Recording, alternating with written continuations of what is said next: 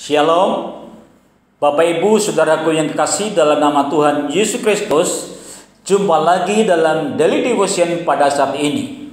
Renungan firman Tuhan pada saat ini saya ambil dari kitab Mazmur pasal 28 ayat yang ke-7 bagian A. Demikian firman Tuhan. Tuhan adalah kekuatanku dan perisaiku, kepadanya hatiku percaya. Ini adalah ungkapan Raja Daud. Daud dalam perjalanan hidupnya, Daud merasakan bagaimana Tuhan yang Daud sembah sebagai perisai. Maka dari itu Daud berkata, kepadanya hatiku percaya. Pada waktu Daud mengembalakan kambing domba, Daud sebagai anak muda, Daud sangat bertanggung jawab atas kepercayaan orang tuanya, yaitu Isai. Alkitab mencatat bahwa pada waktu Daud menghadapi singa ataupun beruang, ketika mau menerkam domba-domba yang digembalakan oleh Daud, Daud sebagai gembala, Daud bertanggung jawab. Maka Daud merampasnya, Daud membebaskannya. Itu suatu bukti bahwa Daud adalah pribadi yang bertanggung jawab. Nah, hal itu Daud bisa lakukan itu kesemuanya oleh karena Tuhan, oleh karena kekuatan dari Tuhan, oleh karena perlindungan dari Tuhan. Maka dari itu kekasih dalam nama Tuhan, kita sebagai orang percaya, banyak hal yang kita hadapi di saat-saat ini. Mungkin kita dalam menghadapi ekonomi, menghadapi keluarga, menghadapi tetangga, menghadapi masa depan, menghadapi keadaan anak. Marilah, sadarlah, mari kita andalkan Tuhan. Tuhan sebagai kekuatan hidup kita, sebagai perisai hidup kita, kita andalkan Tuhan. Sehingga semua masalah yang ada di depan kita bisa kita lewati. Kekasih dalam nama Tuhan Yesus Kristus, Raja Daud sebelum dia menjadi raja, dia sebagai seorang pembawa senjata Saul.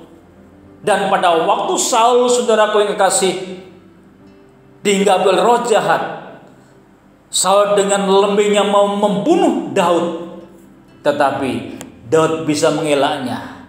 Itu suatu bukti bahwa kekuatan dari Tuhan ada dalam pribadi Daud. Dan pada waktu Daud menghadapi Goliat, semua tentara Israel mengalami ketakutan, kecemasan.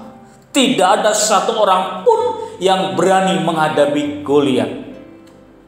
Tetapi karena Daud hatinya percaya kepada Allah, Allah sebagai kekuatan dalam hidupnya, Allah sebagai perisai dalam hidupnya, maka Daud berkata kepada Goliat, engkau mendatangi aku dengan tombak, lembing dan yang lainnya, tetapi aku mendatangi engkau dengan nama Allah sarwa sekalian alam. Artinya bahwa Daud mengandalkan kekuatan Tuhan, dan Tuhan menjadi perisai dalam hidupnya. Kita lihat dengan kasat mata, antara Goliat dan Daud tidak seimbang. Goliat tinggi besar, dia memakai baju sirah, perlengkapan senjata perang. Tetapi Daud hanya memakai perlengkapan sebagai gembala domba. Hanya umban dan 5 batu.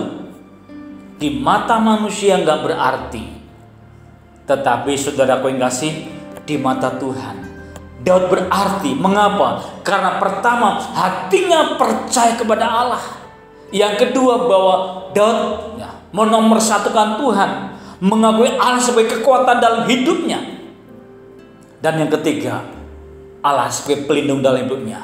Sehingga ketika Daud menghadapi Goliat, Daud mampu, saudaraku yang kasih, mengalahkan Goliat, mampu menaklukkan Goliat yang tinggi besar. Dan pada waktu Daud menaklukkan Goliat, tentara Filistin lari tunggang langgang. Dan ada sorak-sorai bagi bangsa Israel. Mengapa? Karena ada satu pribadi yang hatinya percaya kepada Allah, percaya sepenuhnya. Ada satu pribadi yang hatinya melekat dengan Tuhan. Kekasih dalam nama Tuhan, mari pada saat ini Hendak hidup kita melekat dengan Tuhan. Sehingga tatkala tantangan datang, problema datang, kita mampu mengatasinya. Nah, pada waktu Daud, saudaraku yang kasih, dikejar-kejar oleh Saul, mau dibunuh. Ternyata, saudaraku yang kasih, dari tempat satu ke tempat yang lain, Daud mampu menghindar. Dan Daud terselamatkan. Buktinya, Daud menjadi Raja Israel selama 40 tahun. Ketika Daud di Siklag, Daud menghadapi tantangan.